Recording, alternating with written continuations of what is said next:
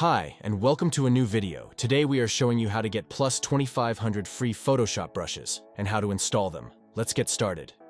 First, let's go to brusheasy.com.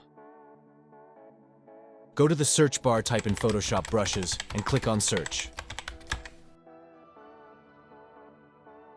Here you can find and search for your free brushes. We are going to use the Smoke 4. Press free download. Now let's get back to Photoshop and install the new brushes. Go and select the brush tool.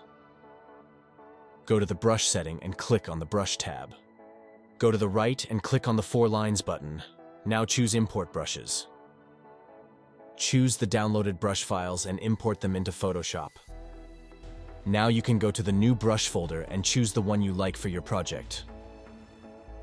Make sure you always create a new layer when using these brushes.